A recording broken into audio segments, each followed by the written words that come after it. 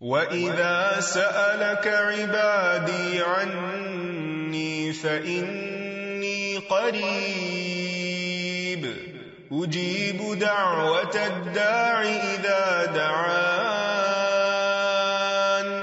فَلْيَسْتَجِيبُوا لِي وَلْيُؤْمِنُوا بِي لَعَلَّهُمْ يَرْشُدُونَ. نحمده ونصلي على رسوله الكريم اما بعد فاعوذ باللہ من الشیطان الرجیم بسم اللہ الرحمن الرحیم رب اشرح لي صدری ویسر لي امری واحلل عقدۃ من لسانی یفقہوا قولی. السلام علیکم ورحمۃ اللہ وبرکاتہ.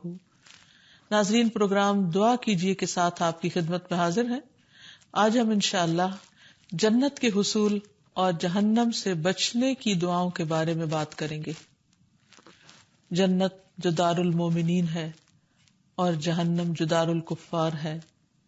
اللہ سبحانہ وتعالی نے یہ دو انجام رکھے ہیں اپنے دو قسم کے بندوں کے لیے، کیونکہ نہ وہ دنیا میں برابر ہیں اور نہ وہ آخرت میں برابر ہو سکتے ہیں. لیکن کوئی بھی شخص صرف اپنی کوشش سے جنت میں نہیں پہنچ سکتا جب تک کہ اللہ سبحانہ وتعالیٰ کی رحمت اس کو نہ ڈھانپ لے. تو اس لیے انسان کو ہمیشہ ہمیشہ اللہ تعالیٰ سے جنت کی دعا کرتے رہنا چاہیے اور اس کا حریص بھی رہنا چاہیے اور اس کا شوق انسان کو ہونا چاہیے. اور دعا کے سلسلے میں انسان کبھی بھی جلد بازی سے کام نہ لے. یہ نہ سوچے کہ میں نے بہت دعا کر لی اور میری دعا قبول نہیں ہو رہی. نہیں، دعا یا تو انسان کو فوری فائدہ دیتی ہے اور یا پھر وہ دعا بھی ایک اجر کی صورت میں اس کی آخرت کے لیے اکٹھی کر دی جاتی ہے. تو اللہ سبحانہ وتعالیٰ کی رحمتوں سے ہمیشہ پر امید رہیں اور اس کی رحمت کا سوال کرتے رہیں، کیونکہ جنت کے بارے میں اللہ تعالیٰ نے فرمایا کہ انتی رحمتی، تو میری رحمت ہے، تیرے ذریعے جس کو چاہوں گا میں اپنی رحمت سے نوازوں گا.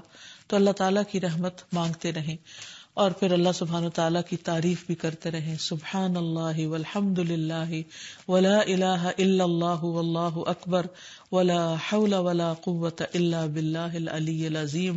اور پھر درود شریف، اللہم صل علی محمد وعلی آل محمد کما صلیت علی ابراہیم وعلی آل ابراہیم انک حمید مجید.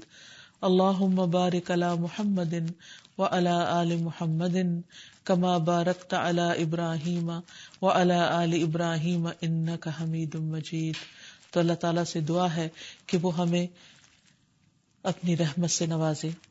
تو جہاں تک جنت اور جہنم کا تعلق ہے تو ہم کچھ باتیں جہنم کی ڈسکرپشن یا جہنم کی تفصیل کے بارے میں کریں گے اور کچھ جنت کے بارے میں، اور پھر آخر میں انشاءاللہ دعائیں. تو سب سے پہلی بات تو یہ ہے کہ جہنم بہت ہی بدترین مقام ہے، بدترین گڑھا ہے. رسول اللہ صلی اللہ علیہ وسلم نے فرمایا، قیامت کے دن جہنم میں اس آدمی کو لایا جائے گا جو اہل دنیا میں سے بہت نعمتوں والا تھا. اس کو جہنم میں ایک غوطہ دیا جائے گا، پھر اس سے کہا جائے گا کہ اے ابن آدم، کیا تو نے کبھی کوئی بھلائی بھی دیکھی تھی؟ کیا تجھ پر کبھی کوئی نعمت بھی گزری تھی؟ وہ کہے گا، اے میرے رب، اللہ کی قسم نہیں. یعنی وہ ایسی جگہ ہے کہ جس کا ایک منظر ہی انسان کو دنیا بھر کی نعمتیں بھلا دے گا. اس کی آگ دنیا کی آگ سے 69 گنا زیادہ ہے، یعنی دنیا کی آگ جہنم کی آگ کا 70واں حصہ ہے. ابو ہریرہ رضی اللہ عنہ سے مروی ہے کہ رسول اللہ صلی اللہ علیہ وسلم نے فرمایا، تمہاری دنیا کی آگ جہنم کی آگ کے مقابلے میں 70واں حصہ ہے. کسی نے پوچھا، یا رسول اللہ، یہ ہماری دنیا کی آگ ہی کافی تھی، یعنی یہ بھی جلا دینے والی ہے، بھسم کر دینے والی ہے؟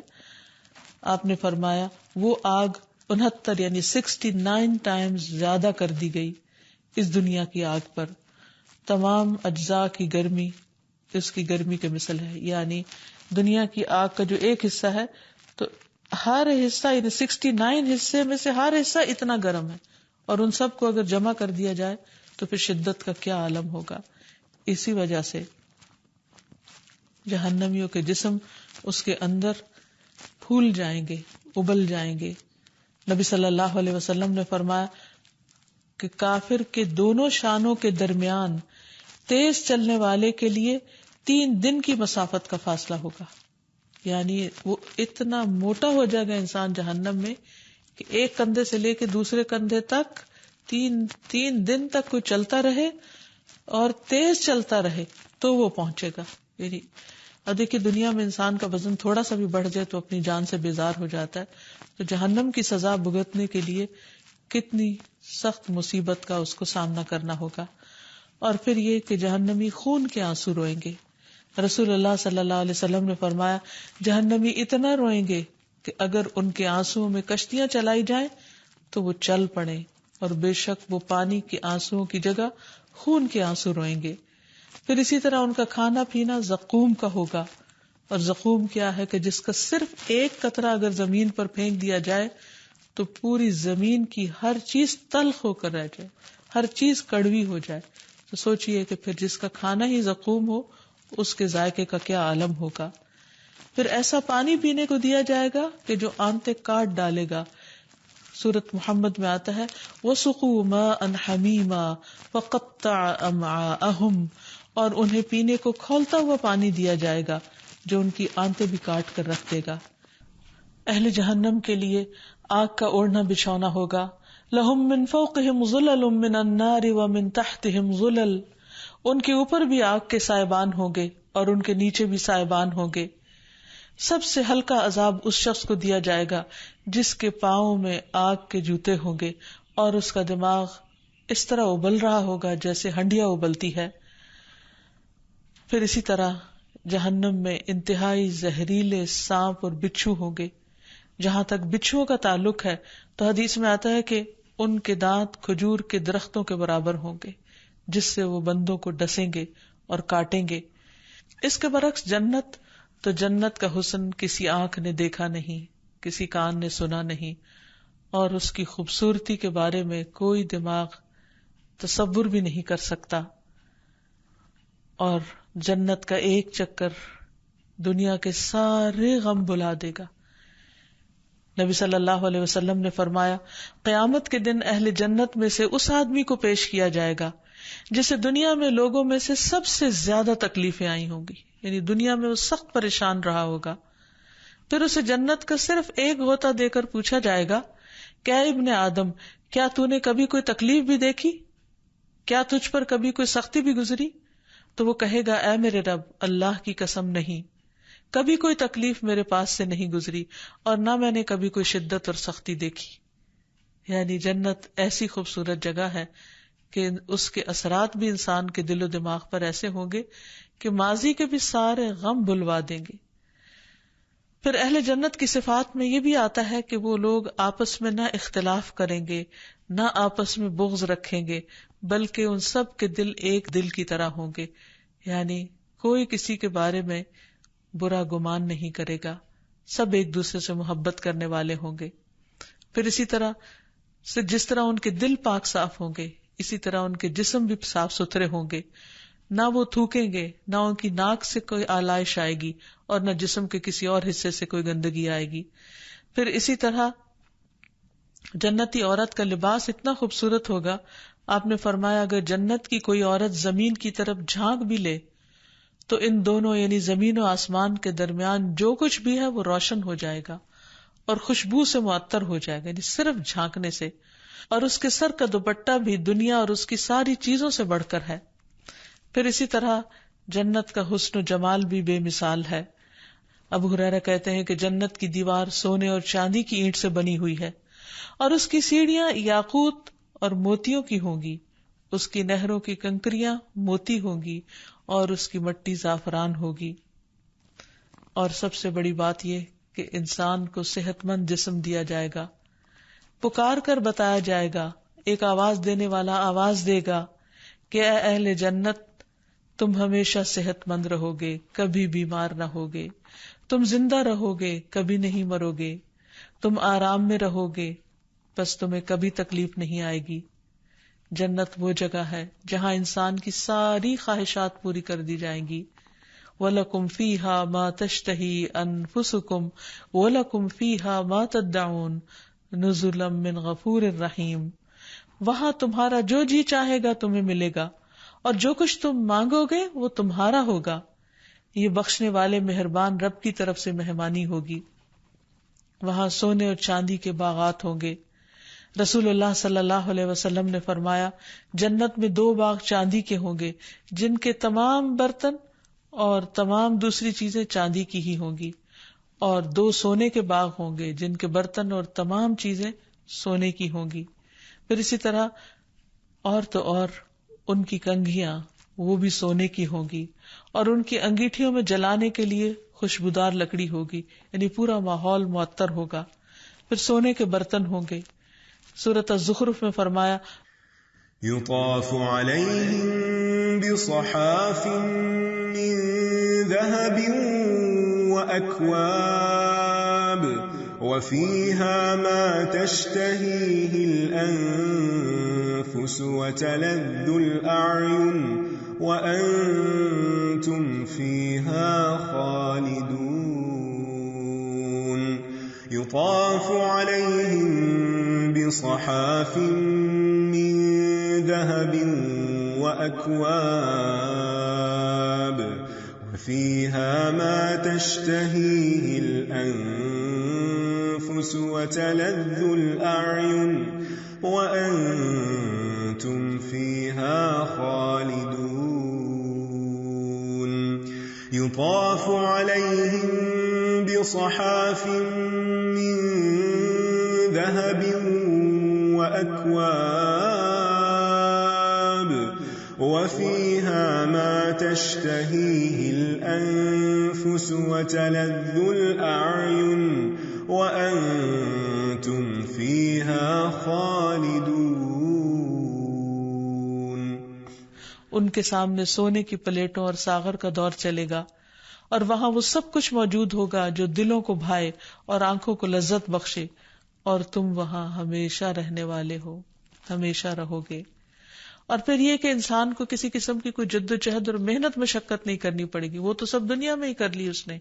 اب تو صرف جزا ہی جزا ہے، لطف ہی لطف اٹھانے کا وقت ہے.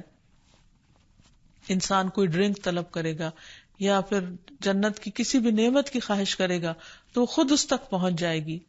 ابو امامہ فرماتے ہیں کہ جنت والوں میں سے ایک شخص جنت کی شراب کی خواہش کرے گا تو برتن اس کے ہاتھ میں آ جائے گا اور وہ پی لے گا، پھر وہ برتن اپنی جگہ پر واپس چلا جائے گا. صرف خواہش کرنے کی دیر ہے، صرف خواہش کرنے پر ہی کھانا مل جائے گا، یعنی انتظار بھی نہیں کرنا پڑے گا. ابو امامہ کہتے ہیں کہ جنتی شخص جنت کے پرندوں میں سے ایک پرندے کے کھانے کی خواہش کرے گا اور وہ اس کے ہاتھ میں پکا ہوا اور ٹکڑے کیے ہوئے کی صورت میں آ گرے گا. پھر اسی طرح جنت میں بہترین خادم ہوں گے. کم درجے والے جنتی کے خادموں کی تعداد 1000 ہوگی، جس کے بارے میں آتا ہے کہ بیک وقت وہ بھاگ دوڑ کر رہے ہوں گے، اور ہر ایک ایسے کام میں لگا ہوگا کہ جس میں دوسرا نہیں لگا ہوگا. پھر عبداللہ بن عمرو نے یہ آیت تلاوت کی، اذا رأیتہم حسبتہم لؤلؤا منثورا، جب آپ انہیں دیکھیں گے تو انہیں بکھرے ہوئے موتی خیال کریں گے، یعنی دور سے دیکھیں تو یوں جیسے موتی کی لڑی ٹوٹ کر بکھر گئی ہو، یعنی اتنا خوبصورت منظر پیش کر رہے ہوں گے. اور پھر انسان جو جی چاہے گا کھائے گا، اور کھانے کے بعد اس کو کسی قسم کی کوئی تکلیف لاحق نہیں ہوگی. اس لیے انسان کو اس جگہ کے لیے کوشش کرنی چاہیے جس کی بہاریں لازوال ہیں. تو جنت و جہنم کے اس تفصیل کے جاننے کے بعد ہمارے لیے لازم ہے کہ ہم ان کاموں سے اجتناب کریں جو جہنم میں لے جانے والے ہیں، اور ان کاموں کا شوق رکھیں اور انہیں کر بھی لیں جو جنت کی طرف لے جانے والے ہیں. تو چند ایک وہ کام جو جہنم میں لے جانے والے ہیں، ان میں سب سے پہلے شرک. اللہ تعالیٰ فرماتے ہیں انہ من یشرک باللہ فقد حرم اللہ علیہ الجنۃ ومأواہ النار، جو شخص اللہ سے شرک کرتا ہے اللہ نے اس کے لیے جنت حرام کر دی اور اس کا ٹھکانہ دوزخ ہے. پھر نماز نہ پڑھنا. جہنم والوں سے پوچھا جائے گا ما سلککم فی سقر قالوا لم نک من المصلین. اہل جہنم سے جب پوچھا جائے گا کہ تمہیں کیا چیز دوزخ میں لے گئی، وہ کہیں گے ہم نماز ادا نہیں کیا کرتے تھے. پھر زکوٰۃ کا نہ دینا. رسول اللہ صلی اللہ علیہ وسلم نے فرمایا زکوٰۃ روکنے والا قیامت کے دن آگ میں ہوگا. پھر نبی صلی اللہ علیہ وسلم کے بارے میں جھوٹی حدیثیں بیان کرنا. آپ نے فرمایا جس نے مجھ پر جھوٹ باندھا، مجھ سے جھوٹی بات روایت کی، وہ جہنم میں ہوگا. پھر گناہوں کو حقیر سمجھنا کہ کوئی بات نہیں. آپ نے فرمایا معمولی گناہوں سے بھی اپنے آپ کو بچاؤ، کیونکہ اللہ کے ہاں ان کی بھی تفتیش ہو سکتی ہے. پھر غیبت کرنا. رسول اللہ صلی اللہ علیہ وسلم نے فرمایا جب مجھے معراج کرائی گئی تو میں ایک قوم سے گزرا کہ ان کے ناخن تانبے کے تھے اور ان ناخنوں سے وہ اپنے چہرے اور سینے کے گوشت کو نوچ رہے تھے، کھرچ رہے تھے. تو کس قدر بدنما بھیانک شکلیں بن گئی ہوں گی. تو میں نے کہا کہ اے جبرائیل یہ کون لوگ ہیں؟ آپ نے فرمایا یہ وہ لوگ ہیں جو دنیا میں دوسروں کا گوشت کھاتے تھے، یعنی ان کی عزتوں کے پیچھے پڑ جاتے تھے. پھر اسی طرح لعنت اور ناشکری کرنا. نبی صلی اللہ علیہ وسلم نے فرمایا اے عورتوں کی جماعت صدقہ کرو، کیونکہ میں نے جہنم میں زیادہ تم کو دیکھا ہے. انہوں نے کہا یا رسول اللہ صلی اللہ علیہ وسلم ایسا کیوں؟ آپ نے فرمایا تم لعن طعن بہت کرتی ہو اور شوہر کی ناشکری کرتی ہو. پھر اسی طرح غلط کمائی سے صلہ رحمی کرنا. پھر 3 دن سے زیادہ ناراض رہنا، یعنی کسی مسلمان بھائی کو چھوڑنا 3 دن سے زیادہ جائز نہیں. اگر بول چال اس طرح بند کر دی اور اسی حالت میں انسان مر گیا تو جہنم میں جائے گا. پھر اسی طرح جانوروں پر ظلم کرنا. پھر تکبر کرنا، گفتگو میں بد احتیاطی کرنا، جھوٹ بولنا. اس کے برعکس جو چیزیں جنت میں لے جانے والی ان میں سب سے پہلے کلمہ توحید لا الہ الا اللہ، یعنی اللہ سبحانہ وتعالیٰ کو ایک ماننا، نبی صلی اللہ علیہ وسلم کی اطاعت کرنا، کیونکہ آپ نے فرمایا من اطاعنی دخل الجنہ، جو میری اطاعت کرے گا وہ جنت میں داخل ہوگا. پھر بنیادی عبادات کی پابندی کرنا.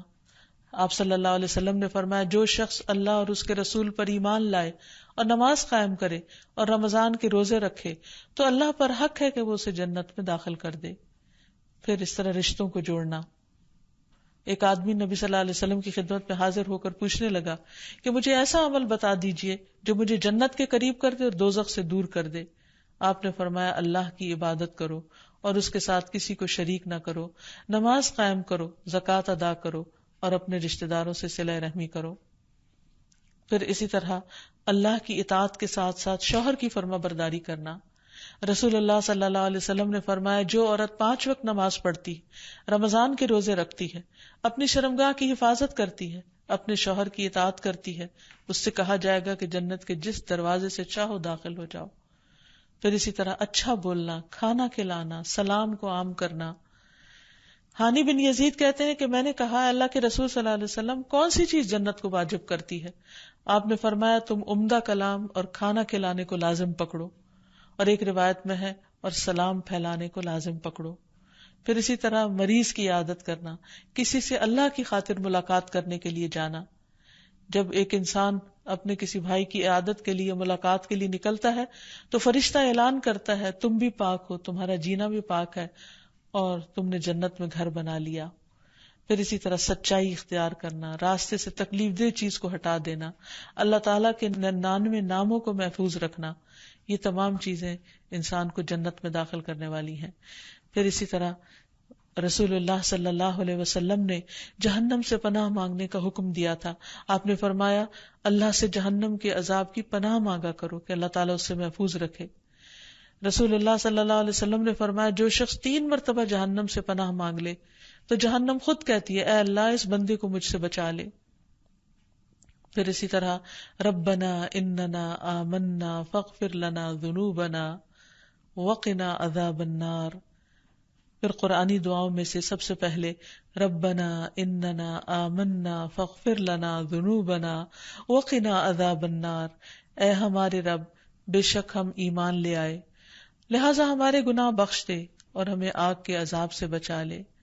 ایک اور دعا ہے ربنا اصرف عنا عذاب جہنم ان عذابها کان غراما انها ساءت مستقرا ومقاما. اے ہمارے رب ہمیں جہنم کے عذاب سے بچائے رکھنا کیونکہ اس کا عذاب ٹلنے والا نہیں، بے شک وہ بری ٹھہرنے کی جگہ اور اقامت کی جگہ ہے. پھر ہے ربنا ما خلقت هذا باطلا سبحانک فقنا عذاب النار، اے ہمارے رب تو نے یہ بے مقصد پیدا نہیں کیا، تو پاک ہے سو ہمیں آگ کے عذاب سے بچا. پھر ایک اور دعا ہے، ربنا انک من تدخل النار فقد اخزیتہ وما للظالمین من انصار، اے ہمارے رب بلا شبہ تو جسے آگ میں ڈالے یقیناً تو نے اس کو رسوا کر دیا اور ظالموں کے لیے کوئی مددگار نہیں۔ اسی طرح نبی صلی اللہ علیہ وسلم نے جو دعائیں سکھائیں ان میں ہے اللہم انی اعوذ بک من الکسل والہرم والمأثم والمغرم ومن فتنة القبر وعذاب القبر ومن فتنة النار وعذاب النار، اے اللہ بے شک میں تیری پناہ مانگتا ہوں سستی سے، بہت زیادہ بڑھاپے سے، گناہ سے، قرض سے، قبر کی آزمائش اور عذاب سے، اور آگ کی آزمائش اور آگ کے عذاب سے۔ پھر اسی طرح انسان رات کو سوتے وقت جہنم سے اللہ کی پناہ مانگے۔ نبی صلی اللہ علیہ وسلم بستر پر لیٹ کر یہ دعا پڑھتے، الحمد للہ الذی کفانی و آوانی، الحمد للہ الذی اطعمنی و سقانی، الحمد للہ الذی من علی فافضل، اللہم انی اسألک بعزتک ان تنجینی من النار۔ ساری تعریف اللہ کے لیے جس نے میری کفایت کی اور مجھے ٹھکانہ دیا، ساری تعریف اس اللہ کے لیے ہے جس نے مجھے کھلایا اور پلایا، اور ساری تعریف اس اللہ کی ہے جس نے مجھ پر مہربانی کی اور احسان کیا۔ اے اللہ میں تجھ سے تیری عزت کے واسطے سے سوال کرتا ہوں کہ تو مجھے آگ سے نجات دے۔ اسی طرح جنت کے حصول کے لیے بھی دعائیں مانگنی چاہیے، اور جو شخص 3 بار جنت کے لیے دعا کرتا ہے تو جنت پکارتی ہے، خود کہتی ہے کہ اے اللہ اس کو مجھ میں داخل کر۔ پھر جب جنت مانگے تو انسان جنت الفردوس مانگے، جیسے کہ حدیث میں آتا ہے، آپ نے فرمایا جنت کے 100 درجے ہیں، ہر 2 درجوں کے درمیان اتنا فاصلہ جیسے زمین و آسمان کا فاصلہ، اور فردوس اس کا اعلیٰ ترین درجہ ہے، اس سے 4 نہریں نکلتی ہیں اور اس کے اوپر عرش ہے۔ جب بھی تم اللہ سے سوال کرو تو جنت الفردوس کا کرو۔ جنت کے حصول کے لیے قرآنی دعا ہے جو حضرت آسیہ نے مانگی تھی، رب ابن لی عندک بیتا فی الجنہ، اے میرے رب میرے لیے اپنے پاس جنت میں گھر بنا دے۔ پھر نبی صلی اللہ علیہ وسلم کی دعاؤں میں سے ہے اللہم انی اسألک الجنۃ واعوذ بک من النار، اے اللہ میں تجھ سے جنت کا سوال کرتا ہوں اور جہنم سے پناہ مانگتا ہوں۔